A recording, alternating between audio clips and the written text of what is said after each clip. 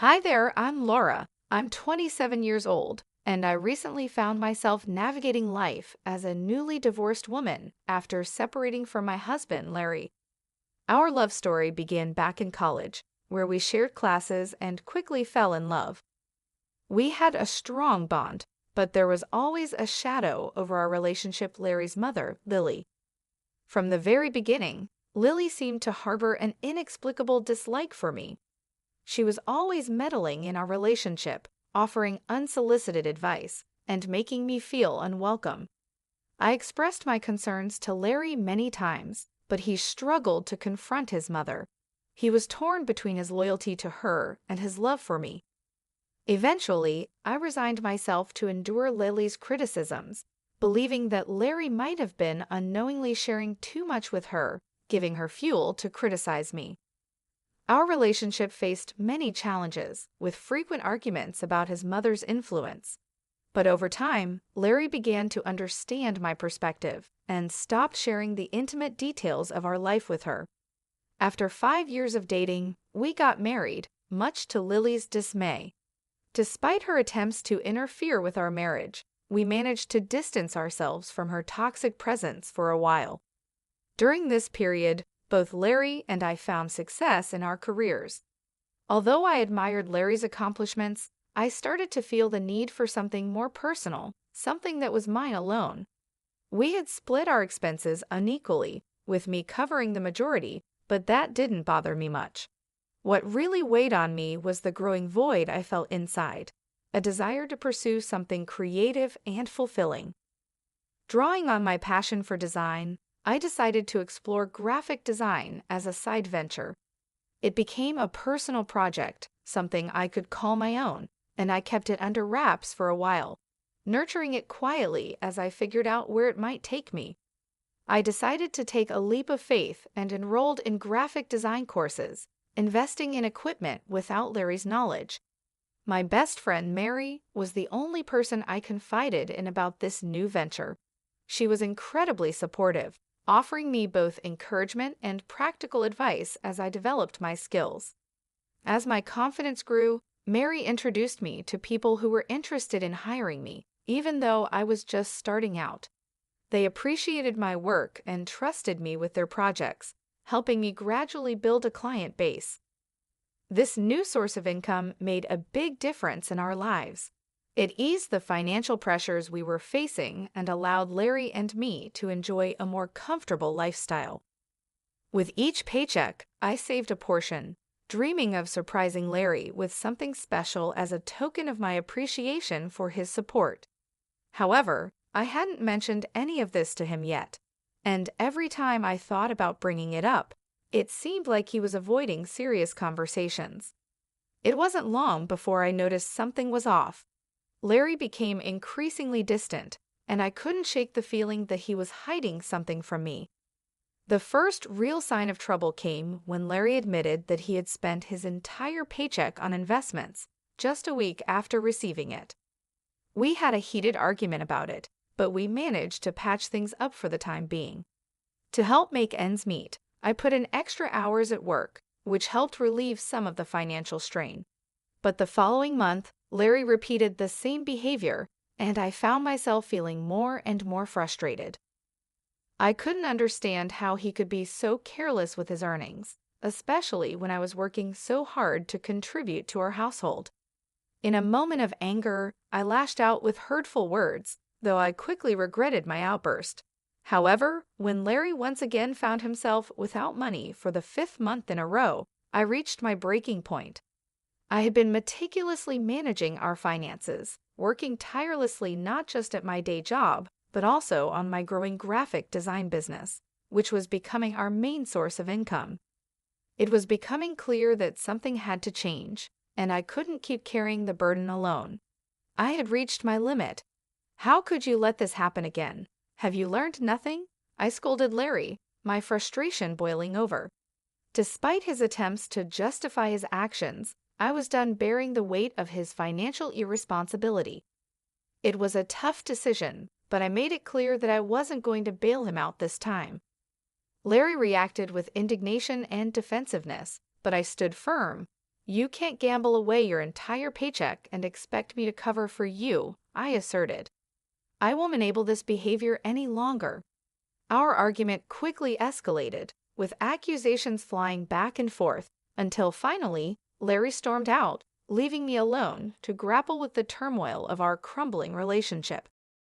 In the aftermath of our confrontation, I couldn't shake the feeling that there was more to Larry's behavior than met the eye. Suspicions began to creep in, and I wondered if Lily, his overbearing mother, might be involved. Determined to uncover the truth, I decided to do some investigating while Larry was out. It didn't take long for me to find what I was looking for. Larry had carelessly left his bank account logged in on my laptop, and what I discovered shocked me. Contrary to his claims of being broke, Larry had more than enough money squirreled away. As I scrutinized his transactions, I found nothing unusual, just the usual debits and credits.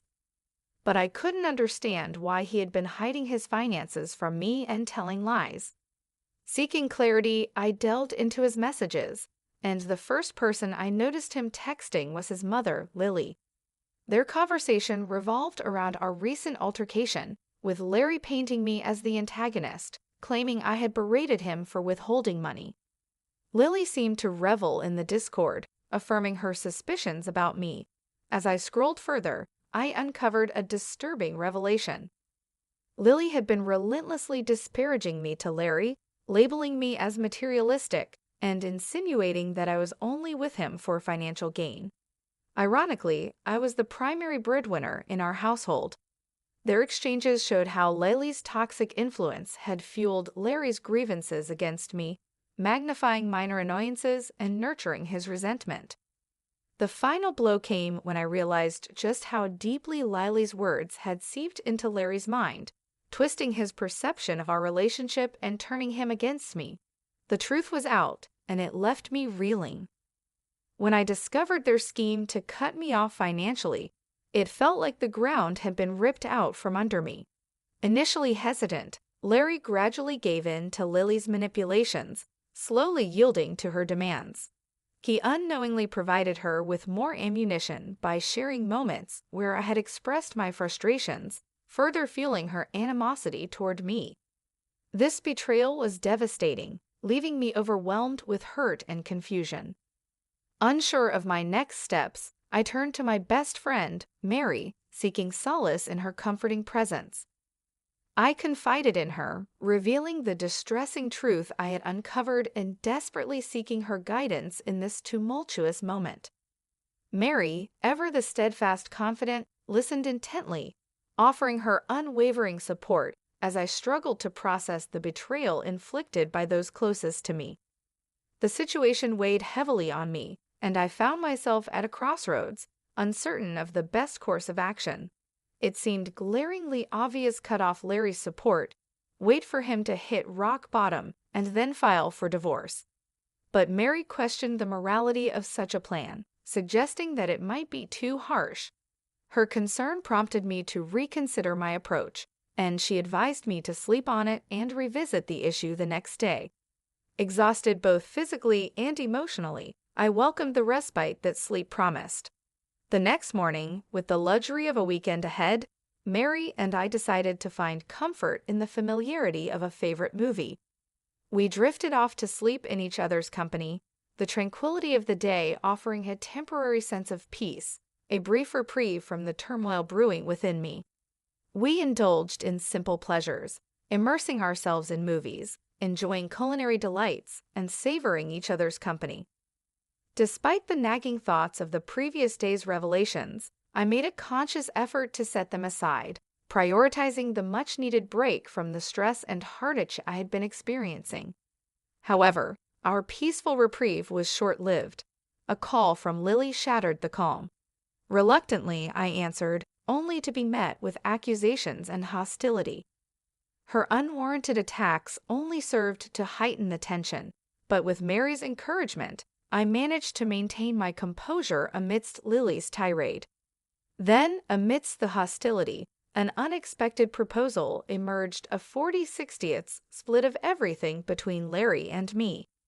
It was a proposition that dripped with skepticism, clearly a test of my commitment to the marriage. Despite the audacity of her demand, it left me contemplating the next steps in what was becoming an increasingly difficult and painful situation. I agreed, willing to explore any possibility of salvaging what was left of our relationship. With a tentative acceptance, we set plans in motion, culminating in a scheduled meeting on Friday to formalize the arrangement. Despite the lingering uncertainty, I resolved to face the challenge head-on, armed with newfound determination to navigate the tumultuous waters ahead. I was stunned by the turn my marriage had taken, caught between disbelief and seething anger. How could Lily brand me a gold digger? And how could Larry stand by and allow such an accusation? I had stood by him through thick and thin, supporting his endeavors even when they led to losses. I had covered for him when he lied and shouldered the burden of our shared responsibilities, all while keeping my own side hustle a secret, waiting for the right moment to reveal it. When I shared the details with Mary, her smile hinted at the brilliance of the plan. Splitting everything evenly would leave Larry with little to fall back on, given his lack of awareness about my additional income. I had initially hoped to surprise him with a lavish gift once my side venture gained traction, but now I was simply grateful to have it as a safety net. Friday arrived quickly, and Mary accompanied me for support. When we arrived home, we found Lily, Larry, and a lawyer already there, finalizing the contract. Ignoring Larry's silent plea for privacy, I approached Lily and demanded to review the terms. As expected, the agreement mandated an equal division of assets, with a clause prohibiting financial assistance between us. Reluctantly, I signed, knowing it would leave Larry scrambling financially. Predictably, problems ensued. Initially, our communication was limited to curt words, the rift between us too deep to bridge. Yet, living under the same roof required some level of interaction. Larry attempted to reach out and mend the divide, but I remained distant, resentful of his complacency in the situation. As time passed, Larry's persistent attempts to reconnect grew tiresome. The weight of our fractured relationship hung heavily over us, and I found it increasingly difficult to maintain my resolve. Despite everything, the reality of our situation was sinking in, and I knew that the path forward would not be easy. I eventually gave in. "Will you please just talk to me? We can't keep going on like this," Larry pleaded, his voice filled with a longing that caught me off guard. It was jarring to hear him express how much he missed our connection, especially after he had willingly signed away our financial unity. "What do you want me to say, Larry?" I retorted, my frustration clear. "Is that why you agreed to sever our finances completely?" His silence was deafening, revealing the deep divide between us as we stood at the brink of our shattered marriage. I struggled with the weight of our choices, unsure if reconciliation was even possible. "I just need to know where your loyalty lies, Laura," Larry implored. "Despite all the issues caused by your mother, you still choose to side with her. Is this truly what you believe is best for us?" "Please, Larry, don't speak ill of my mother like that. And what wealth are you so concerned about?" "I don't understand," I countered, feeling both confused and hurt. "I'm simply trying to make things right between us. Can we not lash out at each other?" "There will be no reconciliation until that contract is null and void," Larry replied defensively. "It's only been 3 weeks since we signed it, and I've seen no evidence to suggest you're not here for the money. If you're struggling financially, just let me know. I'm willing to help," I offered, trying to bridge the gap between us. "Wouldn't that be a breach of the contract?" "I won't risk violating it," I insisted. "Why are you making this so difficult? Can't we just be civil?" I could see Larry wrestling with conflicting influences, his mother's and his own. The Larry I married wouldn't have succumbed to such manipulation. That month, I focused on paying off our major debts, leaving Larry to manage on his own. With my share settled, I had more disposable income, and Mary and I indulged in lavish outings, while Larry always had an excuse for his financial constraints. My graphic design side gig was thriving, and I began to seriously consider quitting my day job. Meanwhile, Larry struggled, his portion of the pantry often bare. While a part of me felt sympathy for him, I couldn't ignore the choices he had made that led us here. I reminded myself that Larry had brought this situation upon himself, but that didn't make the unfolding events any easier to handle. Lily's unexpected visit, however, threw me off balance. She stormed into my home, her face a mask of anger, and before I could even greet her, she accused me of stealing from Larry. The words hit me like a slap in the face. Not only was I confused, but I was also immediately on the defensive. How could she possibly think I was stealing from my own husband? "What are you talking about?" I demanded, trying to keep my voice steady. "You're accusing me of seeking revenge on Larry because I don't like the contract he made us sign? That's absurd. Your son has been struggling all month, but it's not because I've been stealing his money to fund my outings. He has no money to steal, and you know it. And let's not forget who actually coerced us into signing that contract in the first place. You forced it upon us, and now your son is paying the price." Lily's eyes narrowed, and I could see her temper flaring. "Liar," she shouted. "I'm calling the police right now." "Go ahead," I replied, meeting her gaze head-on. "I haven't taken a single cent from your son. You won't find anything because there's nothing to find." "Then how do you have so much money?" she demanded, not backing down. "Your job doesn't pay that much more than Larry's, and he's told me you've cut back your hours. So where's all this money coming from?" I took a deep breath, deciding that now was the time to lay it all out. "I have another business on the side," I began. "A graphic design venture that I've been working on for a while now. I was planning to surprise Larry with it, to show him what I'd accomplished. But thanks to your constant meddling, that plan went down the drain. I was even going to use the money to buy you a car as a gesture of goodwill, to show you that I'm not the person you think I am." Lily looked taken aback, but she wasn't ready to relent just yet. "How much do you make from this side business?" she asked, her voice laced with suspicion. "More than you'd expect," I answered. "I've worked hard to build something successful, something I'm proud of. And all this time, I wasn't lying or trying to deceive anyone. I was simply trying to do something good, something positive. And now, thanks to your interference, everything I've worked for has been jeopardized. If you care so much about your son, maybe you should be the one supporting him instead of tearing down everything I've built." With that, I took a deep breath and reached into my bag, pulling out a set of divorce papers that I had been holding onto for this moment. The sight of them seemed to take Lily by surprise, but I was beyond caring about her reaction. I turned to Larry, who had been standing silently by, his expression a mix of guilt and resignation. "I didn't want it to come to this, Larry," I said, my voice softening as I addressed him. "I tried to make things work, even after everything that's happened. But I can't keep doing this. I can't keep living under the shadow of your mother's influence, and I can't keep pretending that everything is okay when it's not.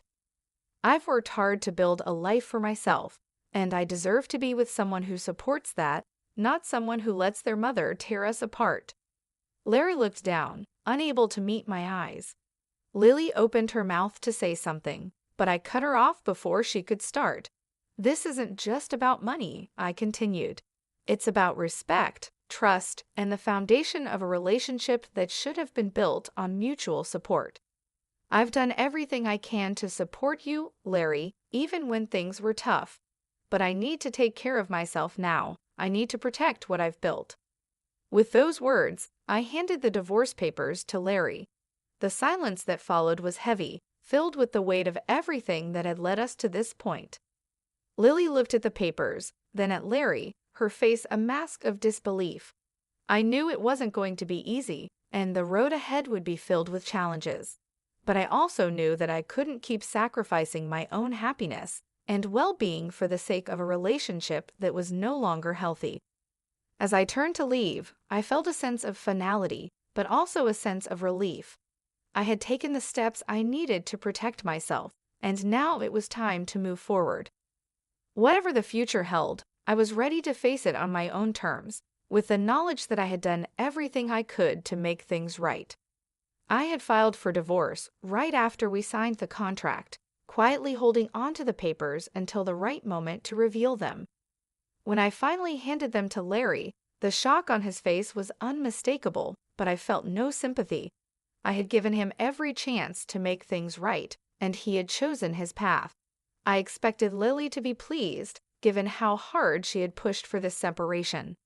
Instead, her expression shifted to one of fury as she realized the full consequences this would have for her son. I calmly informed them that I would be moving out in last weeks. I had made up my mind, and there was no going back.